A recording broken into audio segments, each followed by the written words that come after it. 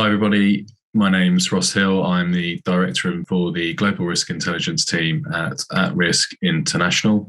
This is the first in hopefully a series of video briefings that we will release. Take an idea that we have internally to carry out a lot of briefings to keep people updated on what we find interesting or what we think is important going on geopolitically or with regards to international security. And we thought it'd be a really nice idea to share it with others and maybe generate some discussion or some feedback. So our first item I'm going to talk about, which is kind of the probably most important geopolitical issue that's going on at the moment, is the risk of conflict in Ukraine. The risk of conflict has increased, and there are lots of reports and analysis that you can read around kind of the military deployments, how it might go if a conflict occurs. But the one thing we don't really know at this time is what Putin thinks or what he's actually decided. I think the one thing we're sure of is that he's kind of not really bluffing, and that if it really comes down to it and he really thinks it's required, he will undertake some kind of military action. But what we thought it'd be nice to do in this first briefing is take a look at some of the indicators that we think might demonstrate an increase or a decreased risk of conflict. Diplomacy is obviously probably the most significant one. At the moment, talks are ongoing. Ukraine itself thinks those talks will probably last at least a couple more weeks. Then within that time, we have the Winter Olympics. Russia actually invaded Georgia during the 2008 Summer Olympics in Beijing. Russia and China have a much closer relationship now, so China probably doesn't want a repeat of that during the Winter Olympics. So we think that actually one of the more interesting indicators to look for is, will we see Russian military action before the Olympic Games take place, starting in a few days' time and then running through to the 20th of February. If we make it through there with no conflict, we think that might be a good sign. At the same time, one of our other indicators of an increased risk is the freezing temperatures, which allows the easier movement of ground troops.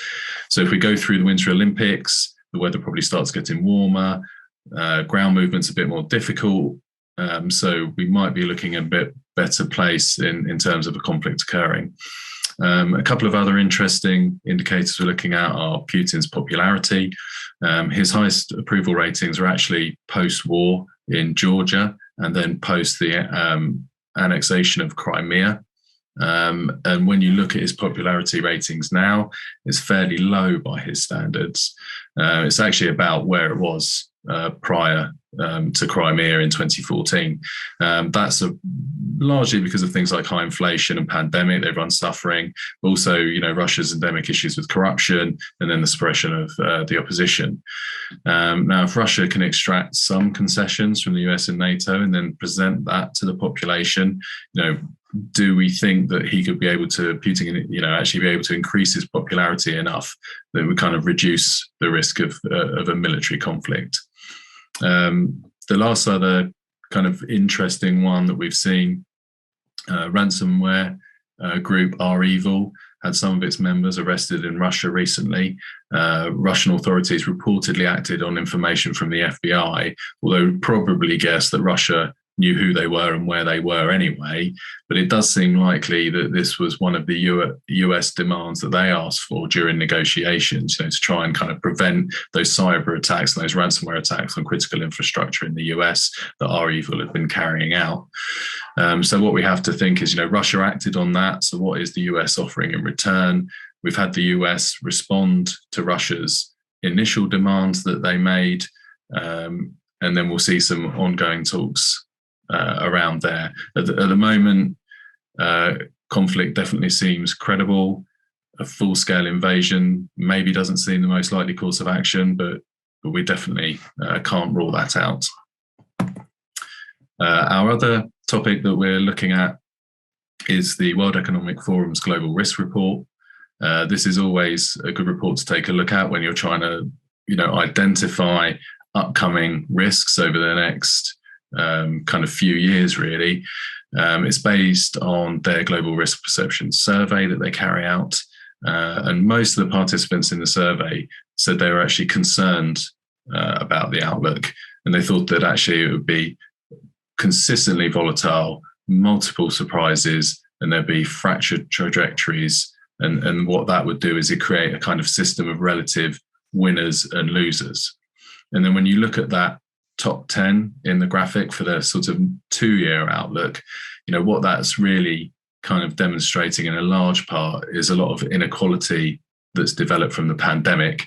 So whether that's come from uneven vaccination rates, that's coming from an uneven economic recovery, and also, from the high levels of inflation that are creating lots of difficulty for lots of different people. These actually kind of fall into, or all representative of, that increasing levels of polarization within communities. That's been an ongoing trend for some time. But when you do look at those top 10 lists that we have there, I think we can safely say that they really are all kind of precursors for some kind of violence or unrest. And that's it for the briefing part. Ross, appreciate you taking time to do this. I know it's something that happens weekly, and the decision you made that we should put this out there so others could gain from it, and maybe we could start conversations, I think is great, because as Stanley McChrystal said, it takes a network to defeat a network. So I'm curious, as an intelligence professional, what you've talked about, Ukraine and now WEF, we're really talking about indicators. And I have a million questions on each, but I realize we're trying to keep this short. So I'll keep my questions limited and save the rest for another time. But, you, Ross Hill, as a professional analyst, you have things certainly that you're personally interested in, but then you have things that you're representative of clients and representative of companies in this thing. How do you think in terms of what does a risk indicator mean for folks out there? And also, like, with all this, how do you fight bias and all the information or misinformation or disinformation that goes out there? And we have these weaponized algorithmic information, if you will, that tries to force us into one side of the corner, whether it's left or right. Yeah. So interesting question on indicators. First of all, I think in terms of when we're doing analysis, what we're often trying to do is forecast the outcome of certain situations, and many people are trying to forecast the outcome of Ukraine currently.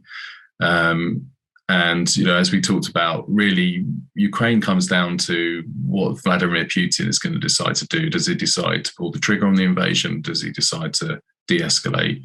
And we just can't know that we don't have that information specifically. So the best we can do is understand kind of what are the factors involved in each scenario that might occur. And then we can monitor for those triggers or indicators, as we call them, and that allows us to make a best assessment of what we think a likely outcome is. And yes, definitely mis and disinformation does make that more difficult, but you have to rely on those analytical skills that you have around critical thinking and judgment, and make sure that you go through the process properly, of corroborating your information. It's very simple, kind of hard and fast rules that we've used analytically for a long time. I don't think change too much. It's about identifying, your primary sources, your trusted sources, corroborating your information, and then using that. But it certainly, proved to be a challenge. Always is with when Russia's involved, for sure. Yeah, absolutely. And I know there's the State Department put some stuff out there about the top 5 that Russia uses. One is the Kremlin's always right, or the Kremlin is what they want to be. So I guess everyone should dust off their Go games to learn a little bit about Putin. So thank you, Ross, for answering that. Yeah, no worries.